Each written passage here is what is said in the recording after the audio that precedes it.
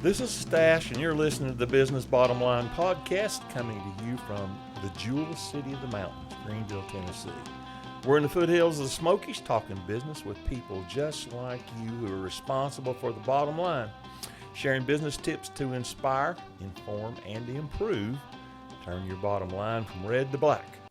And our guest today is Mr. Lucas Wiggin, and we're going to get acquainted and find out who he is and what he does. So, tell us a formal introduction there, Mr. Lucas. I guess my name is Lucas Wiggin, and I'm a general contractor here in Greene County, and family-owned business. Me and my father and my brother, and we build homes for a living. Okay, both what we'd call custom as well as Custom, spec homes, yeah, you name it, we build it. Whatever the person needs is what you do. Absolutely. That's yep. right. Well, good. Now, this is one of those silly questions I always ask. Are you an iPhone or an Android guy? iPhone. Now, tell me why. Because my wife had one. That's a good reason. It's funny, people either are one or the other. They rarely switch. Yeah, oh no. No. So anyway, that's a good reason to have one. So that leads us into the question. Tell us a little bit about your family. Well, I've got a beautiful wife, Candace. Been married 10 years. 10 years this year coming up. So. And we've got two beautiful girls. We've got a 3-year-old Oakley and a 3-month-old Everly. Oh, my goodness. I didn't realize you had one that young. Oh, yeah. So it's really busy at the house. I bet. Not sleeping all night yet, probably. No, she sleeps pretty much all through the night. She likes to cry during the day. But hey, that's acceptable. That's acceptable. Nighttime's not too awful bad. Well, that's good. Yeah. That's good. So tell me if you've got a favorite book you've read lately or a book you've read in the past that's just one of your standout favorites. Are you a reader? I am a reader. I don't do a lot of it. I guess I tell you what's really been with me here lately, and I don't know if you know about it, and it's not necessarily a book, but it has a book with it. Okay. It's a TV series called The Chosen. Have you seen it? I've heard of it. I haven't seen it yet. It's a TV series, multi-season series. I think there's going to be 7 seasons on it or whatever, about the life of Jesus. It's got a Bible study book with it. Okay, that goes I didn't with know that. Goes with each season that's come out, and I lead a group at the church, at our church there, and we've been doing that here for the past 6 months. So we've been really diving into that, and it's really been awesome. So you watch the episode. Yeah, we'll watch the episode, and then we kind of go through it's like a study book. Is that goes along with it, and of course then you got to read the Bible and all that other stuff, and me being fairly young into it and all that, and I'm kind of leading this group, so I've got to do a lot of studying for it and all that. So you know what they say: if you really want to learn, you need to lead. Oh yeah, and then when you get that responsibility, you learn a lot more than you do just going to class. Yeah. Oh yeah. Oh, that's cool. That's cool. I knew about that, but I didn't know that there was like a study guide. Oh yeah. I think they've got the 1st and 2nd season done. We just finished at the church. I've watched. Both seasons so far. They're getting ready to start filming season 3. Okay. But the 1st and 2nd season they've got books for. So that's great. Yeah, it's going pretty good. I bet it's interesting too. It is. I mean, we're a pretty small church. I mean, 40 to 50 on every Sunday, but we've got about 25, and and it ranges from 30 to 80 that are in the group. So it's been, and we're doing it all on Zoom. So really? Sunday nights at 8:00, and we get on Zoom there, and there's about 25 of us that get on there. Well, look at you. I'm telling you, you're more technology. No, my wife does all the technology. Okay. Where credit's due. Yeah, absolutely. Well, kudos to Candace for being there to absolutely to make that happen. Well, I know you have just tons of free time because you're telling me about your work and your family and your church. So, do you have a hobby? Well, I do. Now, I don't get to do as much as I want to. I like to hunt. Okay. I like to hunt and bears. Deer. Mostly okay. Deer. Every once in a while, turkey and stuff like that. Okay. But I really, sugaring. We make maple syrup out there on the farm. Oh, you do? And that's something have to do every year. And that's usually for us down here, because it's not the temperature's a little different than what it is up north there. But for us down here, middle of January to middle of February is about the time frame. That's when you do it. And it's we like to take a few weeks off from work, and we just, there's a lot of work involved in it, but really love to do that. Family gets all together. Well, that's amazing. Yeah. I did not know there was anybody in Greene County that made maple syrup. Just so now, us. do you make enough to sell, or is it just for family? We used to. We started selling a few last year, a few half pints and stuff like that, just to some friends that were wanting to buy it and stuff. Yeah, you got to put my name on one. I'll pay whatever the price is. Yeah, I'll put you some. Okay, that's good. Well, now look at that. I found out something new I didn't know. So let me ask you an extension of that this way. If money wasn't an object and you had all the time you need, what would you spend your time doing? I'd probably doing the sugaring. I'd really like to expand that. We've kind of expanded on it. We're just small. We've only got 100 acres out there, about 400 taps, 400 trees that we tap. We could really do a lot more with it, but it can get quite expensive. And then it takes a lot of time too. Yeah. I mean, it's just a lot of time consuming. Yeah, I'll have to get out there sometime and see your facility when you're getting the thick of that. I'd like to get to see how you do that. Yeah, you'll have to come out and take a look. Well, I think we're going to bring Nikki and let her make pictures. And I think videos. We're going to actually try to get some of the schools involved and have like field trips coming out and watch us do that and stuff like that. Oh, that'd be fantastic. Yeah, we built a kind of what we call a sugar shack out there where it's kind of pretty much a barn, Yeah. We do it and all that in there, so it's really cool. It's pretty nice. Well, let's talk a little bit about what it's like being Lucas. So, how did you get in the business, and kind of tell us what a day in your life looks like? Give us some insight. Well, we started building. Let's see, what year is it? 2021. We started building homes. We probably started 15, 16 years ago, I guess. And before that, we sheetrocked. Okay. Dad sheetrocked for 35 plus years before we started building. Okay. So he's been in the building trade a long time. So, and he had me, picking up scrap and taping and stuff like that. When all the fun stuff. Yeah, just as soon as I could walk, he had me on the job site doing something, So we've been kind of in the construction business for a long time since since I was a kid. So. Okay, so you literally grown up in it. Yeah, and I graduated from Tusculum College, which is university now. Yeah. But I graduated there in 2004, and I told them, I was like, make a decision. Either we're going to start building houses and, start moving up a little bit here, or I'm going to go off and be in the FBI. It's what I was planning on doing at the time. But wow. So I gave him an ultimatum toward that. The FBI? Yeah. I don't know. I just, I always liked, you always see, the crime shows and stuff like that. Yeah. You see the FBI agents, CIA agents and stuff like that. And I just always enjoyed Well, we like watching it on TV. It's interesting. And for sure. I studied psychology and stuff like that in school and stuff. And it's just. So what was your degree in that? Psychology. Psychology. Yep. Okay. Yep. Well, it's interesting. I've always said I didn't finish my degree in college, but the best class I ever took was psychology. Oh, yeah. Because it just relates to whatever you're doing every day. Yeah, they say, if you're going into psychology, you're the one that's got the most problems, really. Well, I don't know what that says about me now, Lucas. Well, I don't know. I finished my degree in it, so. Well, Nikki is getting close to her degree. She graduates in May from Tusculum University. Well, that's good.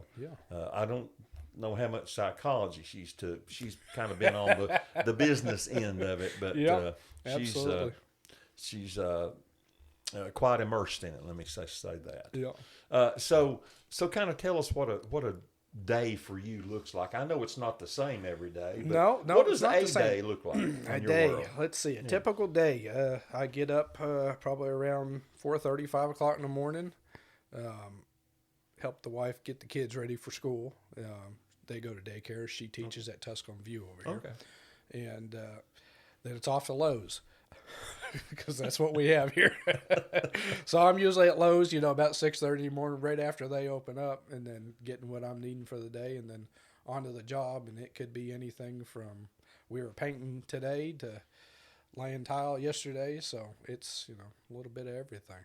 Just you literally do ground up, right? Yep. So whatever's happening on a given day, you're involved in it. Oh yeah. And, we're there every day. So it's mostly just family. Now, do they work for you?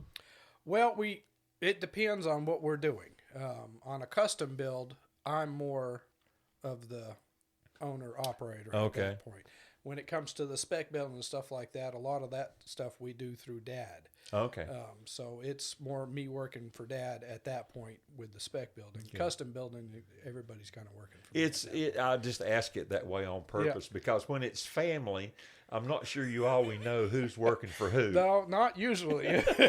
With Dad and I, between the two of us, we kind of run things back and forth.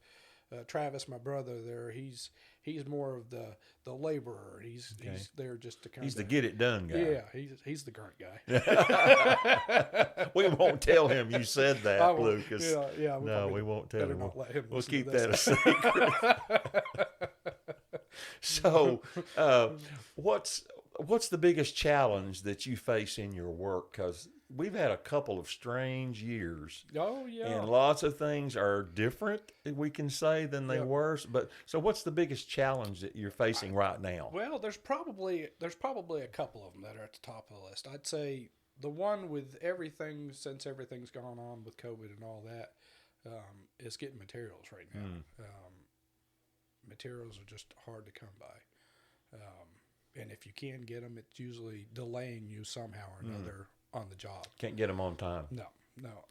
So that's probably one of the biggest things. Another big thing that really hurts the industry is a lot of the subcontractors and stuff like that. We don't have employees, so we're not really worried about that. But with our subs, they have a hard time finding people to work at this point. You just can't get anybody that wants to work. Enough employees to do the so job. they're always looking for somebody new, and we use the same subs on every house and have been for 100 plus houses we've built. Yeah, so they're tried and true, and you've got trust built up, and that's a big deal. Isn't it? So that means everything in the world in this business. It does.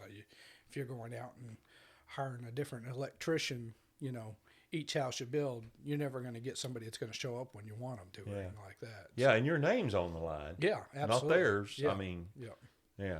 So that's pretty important. But I'd say between those two things, it makes it kind of trying sometimes. Yeah, get what you need. Yeah, it is then hard. Get it done when you get it done when the person wants it done. Absolutely. Yeah.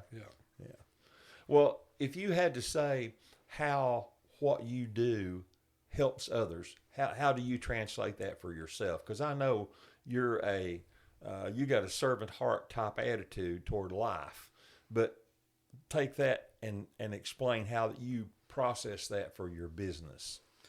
Well, I think you get a lot of people that just don't know anything about the construction industry, period. And when you have people coming in wanting a home built, they see pictures on Home and Garden and stuff like that, and be like, they can't really transfer that into what it's going to look like in a home or something like that of their own. So a lot of times design aspects, it takes somebody that's been in the business for a long time to be able to portray that to people and put it down on paper. It's like you have to translate what they see in their mind to a workable plan. Yeah, absolutely. So I think a lot of times that's a lot more helpful to people than anything really is just getting down on paper what they have in their head. Yeah. Do you sometimes find out you can't get what they have in their head on paper and it has to be changed? Yeah, and a lot of times they like if you're watching these TV shows and stuff like that, and they see this, magnificent fireplace or something like that, and they think, well, we can get this done. And then budgeting comes in. Let's cut back a little bit here or something. That may affect the bottom line. Yeah, you get on these TV shows and you see $100,000 fireplace, and most people can't afford that. Right. We were talking about that today. Another one of my team members has recently bought a house, and we were talking about the expectations of people today. Oh yeah. And the cost of construction. A bathroom versus a designer bathroom is completely different. Yeah, they're not even in the same ballpark. Yeah, but you put a couple of those and a designer kitchen in the house, and you've inflated it $50,000. Oh yeah, easily, or maybe just the kitchen $50,000. Oh yeah, absolutely. So it's changed the value of a home, and sometimes the square footage doesn't necessarily reflect that. No, it doesn't. Yeah, because we were looking at one that you could go into a kitchen, easily spend $50,000 to $60,000, and you can't hardly justify it with the square footage on the house. Yeah, depending on the house, size of the house. That's just some of the things that's different. I know the cost per square foot, what used to be normal, is like, forget that. It's completely different now. Can't even touch it now. Yeah. It's very different, and it makes valuing homes, especially older homes. Sometimes we'll have that we're working on for a client, and then we start talking about the replacement cost. Yep.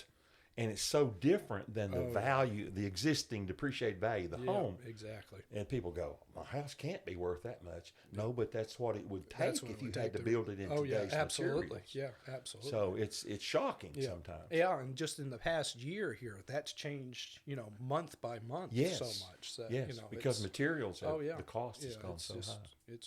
It's crazy. Yeah, it is. It's just it's a paradigm shift, especially in the construction world. It is in other places too. Oh yeah. And you're talking about materials. I went to buy my wife Ritz crackers this week, and I got the last 3 boxes I had, and there was 8 feet of shelf empty in the store. What is going on?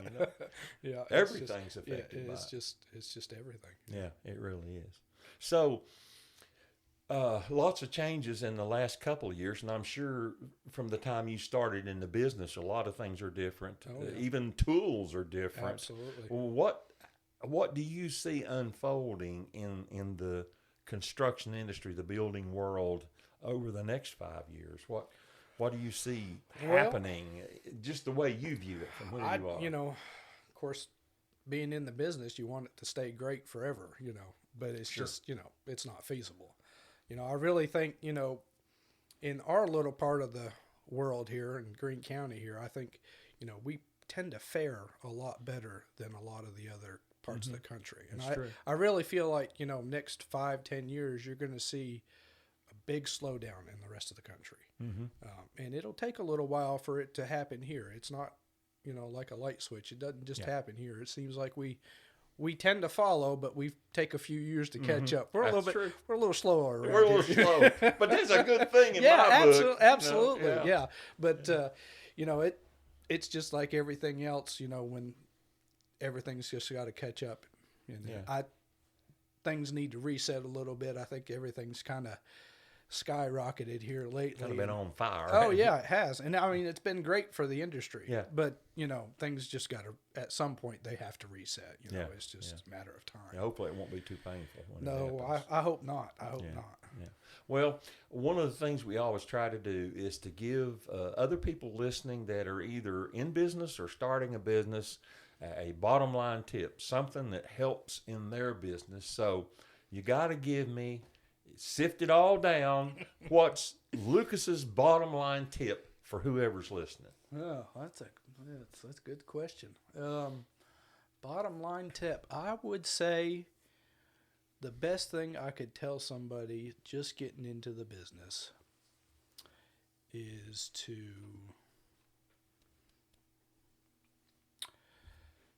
this is going to reflect more probably on the personal life, is to keep the business and the home life separate, if you can.